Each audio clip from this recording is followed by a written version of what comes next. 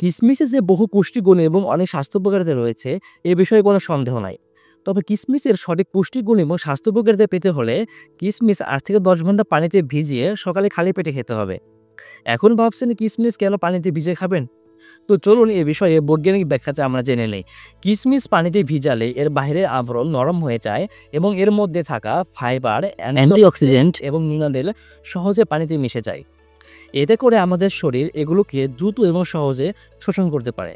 পানিতে ভেজানো কিশমিশে পলিফেনল এবং রেসভেরাটর নামক অ্যান্টিঅক্সিডেন্ট থাকে, যা শরীরের কোষগুলোকে অক্সিডেটিভ স্ট্রেস থেকে রক্ষা করে, যা বার্ধক্য, ক্যান্সার এবং হৃদরোগ প্রতিরোধে সাহায্য করে।